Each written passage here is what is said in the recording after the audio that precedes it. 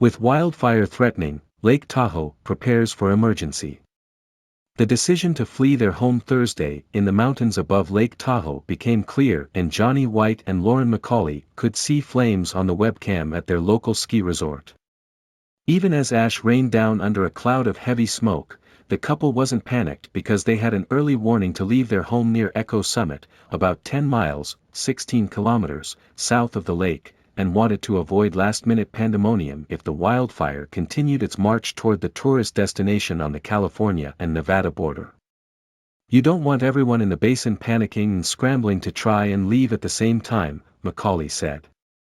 Firefighters were facing changing weather conditions that could push the fire closer to the Tahoe Basin, a home to thousands and recreational playground for millions of tourists who visit the Alpine Lake in summer, ski at the many resorts in winter, and gamble at its casinos year-round.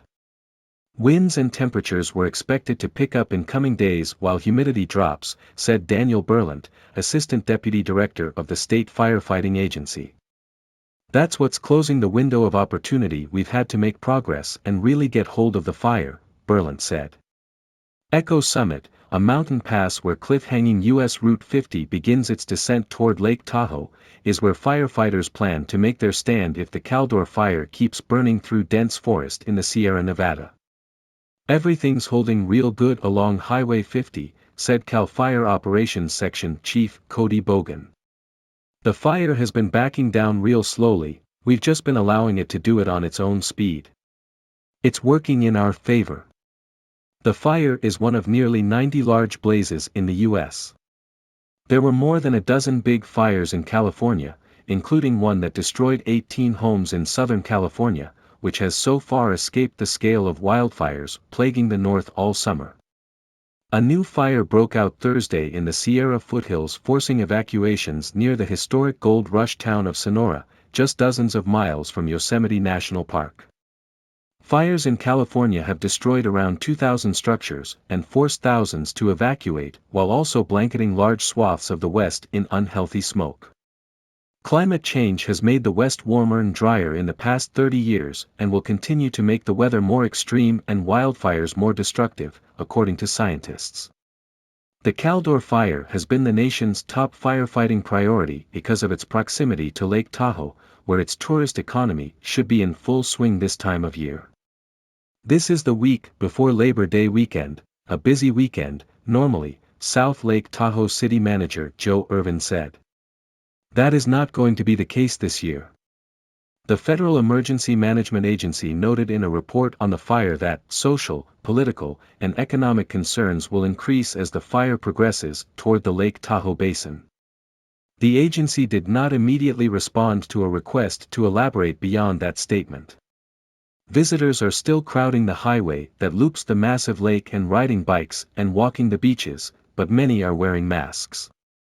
The lake, known for its water clarity and the granite peaks that surround it, has been shrouded in dense smoke that has reached hazardous levels.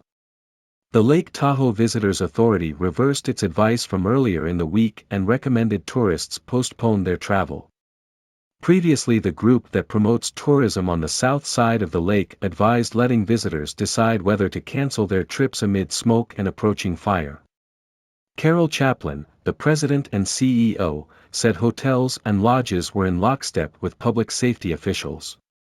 "They understand that this is not the experience that their guests are used to or look forward to," she said. Irvin issued an emergency proclamation Thursday so the city that's home to Heavenly Ski Resort can be better prepared if evacuation orders come and be reimbursed for related expenses. The last time the city declared a wildfire emergency was during the 2007 Angora fire, which destroyed nearly 250 homes in neighboring Myers and was the last major fire in the basin. Not far from the neighborhood that was largely wiped out in that fire, residents hurried to clear pine cones and needles from their roofs and gutters to prepare for the possibility of fire. The Angora fire, which was driven by strong winds and took residents by surprise, burned just 3,100 acres, fewer than 5 square miles. The Caldor fire has burned over 139,000 acres, or 218 square miles, 565 square kilometers, and was only 12% contained Thursday. Retired Fire District Captain Joe McAvoy, who lost his own home in the fire, said wildfires larger than 100,000 acres were once-in-a-lifetime events in his career. Not anymore. Now it seems like they're all 100,000 acres, McAvoy said. It's way more extreme. Now, fires are 100,000 acres and it's like, oh, yeah, big deal. You know, it's every fire. Melly reported from Los Angeles. Associated Press reporters Christopher Weber and John Anchak contributed from Los Angeles. Sam Metz is a core member for the Associated Press/Report for America State House News Initiative. Report for America is a nonprofit national service program that places journalists in local newsrooms to report on undercovered issues.